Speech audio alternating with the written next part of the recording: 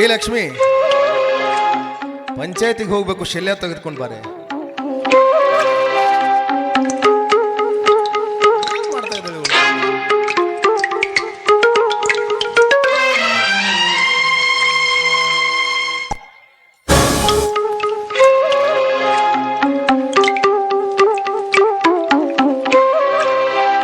ಅಕ್ಕ ಒಳಗಡೆ ಕೆಲಸ ಮಾಡ್ತಾ ಇದ್ದಾರೆ.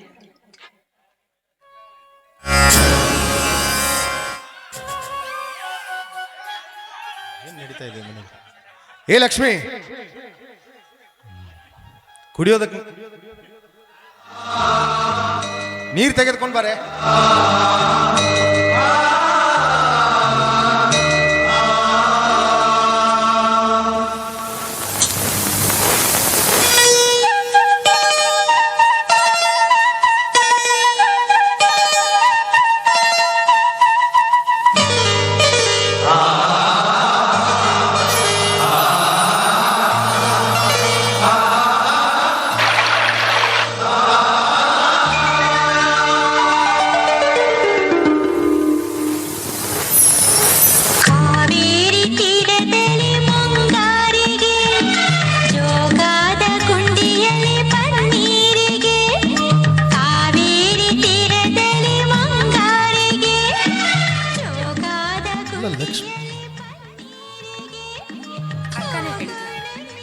ನೀರನ್ನ ನಾನೇ ನಿಮಗೆ ಕೊಡಬೇಕು ಅಂತ.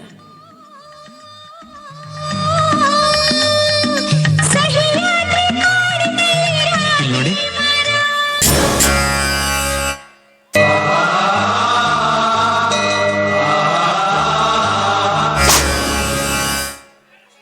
ಮನೇಲಿ ಏನ್ ನಡೀತಾ ಇದೆ ಒಂದು ಅರ್ಥನೇ ಆಗ್ತಾ ಇಲ್ಲ. ಹೇ ಲಕ್ಷ್ಮಿ, ಯಾಕ್ರಿ ಯಾಕೆ ಹೋಗ್ತಾ ಇದ್ದೀರಾ?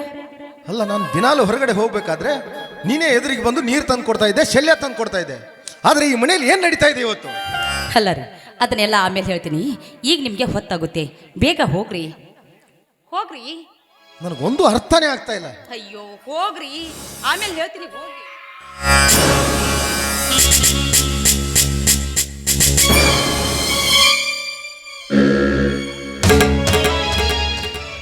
ಈಗ ನನ್ನ ಮನದಲ್ಲಿರುವ ಮಾತುಗಳನ್ನು ಆ ದಾಮಿನಿ ಮುಂದೆ ಹೇಳುವಂತ ಹೊತ್ತಾಯಿತು.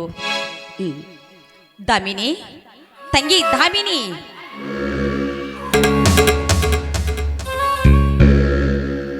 ಏನಾದರೂ ಕೆಲಸ ಆಯ್ತಾ? ಯಾಕೆ ಕರೆದ್ರಿ? ಹೌದಮ್ಮ, ಒಂದು ಗಹನವಾದ ಒಂದು ವಿಚಾರದ ಬಗ್ಗೆ ನಿನ್ನ ಜೊತೆ ಮಾತನಾಡಬೇಕಾಗಿತ್ತು. ಅದಕ್ಕೆ ಕೂಗಿ ಕರೆದೆ. ಅಂಥ ಗಹನವಾದ ವಿಚಾರದ ಅಂಥ ವಿಷಯ ಏನಿತ್ತಕ್ಕ?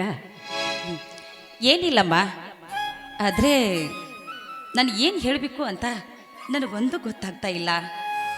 ಅಂದರೆ ಯಾವುದೋ ಒಂದು ಮುಖ್ಯವಾದ ವಿಷಯ ಇದೆ, ಅದನ್ನು ನೀವು ನನ್ನ ಮುಂದೆ ಹೇಳೋದಕ್ಕೆ ಇಷ್ಟೊಂದು ಸಂಕೋಚ ಪಡ್ತಾ ಇದ್ದೀರಾ? ಅಕ್ಕ, ನಾನು ನಿನ್ನ ತಂಗಿ, ನನ್ನ ಮುಂದೆ ಏನಾದರೂ ಕೇಳೋ ಹಾಗಿದ್ರೆ ಹಿಂದೆ ಮುಂದೆ ವಿಚಾರ ಮಾಡದೆ ನಿಸ್ಸಂಕೋಚವಾಗಿ ಕೇಳಿ. ನೋಡಮ್ಮ, ಇಷ್ಟು ದಿನ ಆಯಿತು ಈ ಮನೆಗೆ ಬಂದು. ಈ ಮನೆಯ ವಾತಾವರಣ ನಿನಗೆ ಹೇಗೆ ಅನಿಸ್ತಾ ಇದೆ? ಈ ಮನೆ ವಾತಾವರಣ ಒಂದೇ ಮಾತಿನಲ್ಲಿ ಹೇಳಬೇಕಂದ್ರೆ, ಈ ಮನೆ ಸಾಕ್ಷಾತ್ ಕೈಲಾಸ ಇದ್ದ ಹಾಗೆ. ನೀವು ಯಜಮಾನರು ಶಿವ ಪಾರ್ವತಿಯರಿದ್ದ ಹಾಗೆ ಅನಿಸ್ತಾ ಇದ್ದೀರಿ. ಹೌದಮ್ಮ, ನೀನು ಹೇಳಿದಂತೆ ಈ ಮನೆ ಕೈಲಾಸ ಸ್ವರೂಪನೇ ಸರಿ. ಆದ್ರೆ ಆದರೆ ಆದ್ರೆ ನನಗೇನು ಹೇಳಬೇಕು ಅಂತ ಒಂದು ತಿಳಿತಾ ಇಲ್ಲಮ್ಮ. ಅಂದರೆ ಈ ಮನೆಯಲ್ಲಿ ಏನಾದರೂ ಕೊರತೆ ಯಾಗಿದೆ ಅಂತ ಕೇಳ್ತಾ ಇದ್ದೀರಾ? ಹೌದಮ್ಮ. ಅಕ್ಕ, ಎಲ್ಲ ಆ ದೇವರು ಬೇಡ ಅಂದರೂ ನಿಮ್ಮ ಕಾಲು ಕೆಳಗೆ ತಂದಿರ್ಬೇಕಾದ್ರೆ ಕೊರತೆ ಅನ್ನೋ ವಿಷಯ ನನಗೆ ಯಾವುದು ಗೊತ್ತಾಗ್ತಾ ಇಲ್ಲಕ್ಕ. ಆ ಥರದ್ದೇನಾದರೂ ಕೊರತೆ ಇದ್ರೆ ನೀವೇ ಹೇಳಿ. ಹುಚ್ಚಿ, ಸಂತಾನವಿಲ್ಲದ ಮನೆ, ಸಂತೋಷವಿಲ್ಲದ ಮನಸ್ಸು, ದೇವರಿಲ್ಲದ ದೇವಾಲಯವಿದ್ದಂತೆ ತಂಗಿ. ಆದರೆ ಆ ದೇವರು ನನಗೆ ಸಾಕಷ್ಟು ಆಸ್ತಿ ಐಶ್ವರ್ಯಗಳನ್ನು ಕೊಟ್ಟ. ಆದರೆ ಈ ಹಾಳದ ಗರ್ಭಕ್ಕೆ ಗರ್ಭ ಧರಿಸೋ ಅವಕಾಶನೇ ಕಿತ್ಕೊಂಡು ಬಿಟ್ಟ. ಆದರೆ ನನ್ನಿಂದಾನೇ ಈ ಮನೆತನದ ವಂಶ ದೀಪವೇ ಬೆಳಗದಂತಾಯ್ತು ಅಂತ ನನ್ನ ಮನದಲ್ಲಿರುವ ನೋವುಗಳನ್ನು ಕಾಡ್ತಾ ಇದೆಯಪ್ಪ.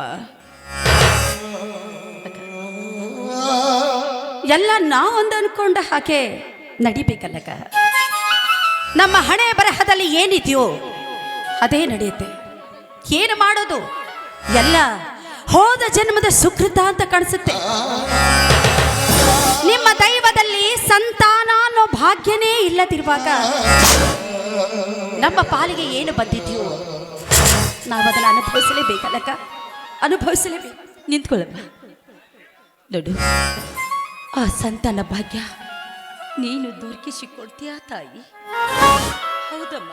ಅಕ್ಕ, ನೀವೇನು ಮಾತಾಡ್ತಾ ಇದ್ದೀರಿ ಅನ್ನೋ ಪರಿಕಲ್ಪನೆ ಆದ್ರೂ ಇದೆಯಾ?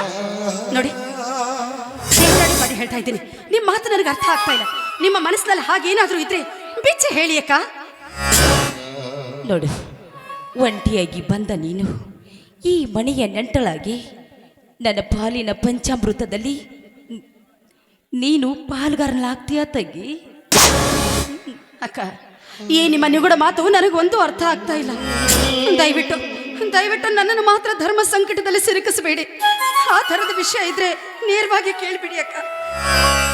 ನೋಡಮ್ಮ, ನೀನು ನನ್ನ ಪಾಲಿಗೆ ಮಾಣಿಕ್ಯವಾದರೂ ಕೂಡ ನನ್ನ ಆಡುವ ಮಾತುಗಳು ನಿನ್ನ ಮನಸ್ಸಿಗೆ ಮುಳ್ಳಾಗಿ ಚುಚ್ಚಬಹುದೇನೋ ಅಂತ ನನ್ನ ಮನದಲ್ಲಿರುವ ನೋವುಗಳನ್ನು ಕಾಡ್ತಾ ಇದೆಯಾ? ಅಕ್ಕ, ನಿಮಗೊಂದು ಮಾತು ಹೇಳ್ತೀನಿ.